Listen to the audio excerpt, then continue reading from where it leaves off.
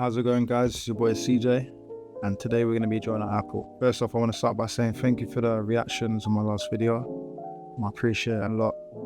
I got a good response. I got quite a few DMs of you guys on Reddit on asking for newer things, so I just thought today I will start with a fruit. This fruit, in this case, as you can see, will be an apple. So I'm going to be showing you guys how I would draw an apple using Adobe Illustrator.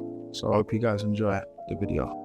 So first off, guys, I'm just drawing on the canvas. Just make sure that my strokes is at a good set and just giving it a little test. As you know, the square brush is what I love when it comes to sketching, so I'm just testing out my square brush.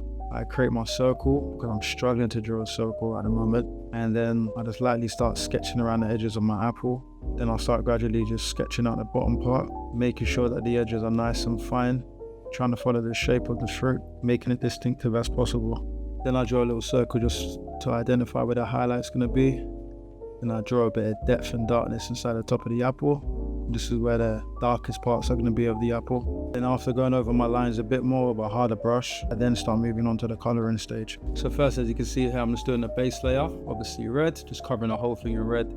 Now the moment that everyone's always been waiting for is the shading. When it comes to the shading, just keep your eye on the apple. It doesn't have to be perfect, doesn't have to be exactly like the reference. It just needs to look like an apple. And the highlights, the lighting environment just needs to all make sense. But in this case, I'm not gonna be making no background. So therefore you don't have to be precise with your lighting and shading, whatever. Just do it as you please. Just draw the apple as makes you happy.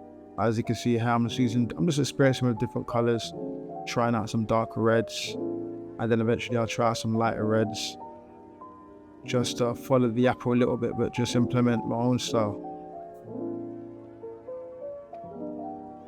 Here I'm using some color dodge. Dodge is such a good way just to add a bit more different lightings and have it match with the other colors that you have on there. It's nice because it just creates like a different variation rather than just using screen or rather than just using the color but lowering the opacity. Color dodge can really just make your highlights pop more. So at the bottom of the apple, I'll create a shading, some shadow because it's on the surface. And I go to the effects tab, Gaussian blur, adjust my values to what's right, just to give it a bit more realism.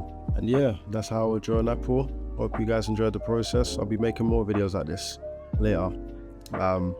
Yeah, everyone take care.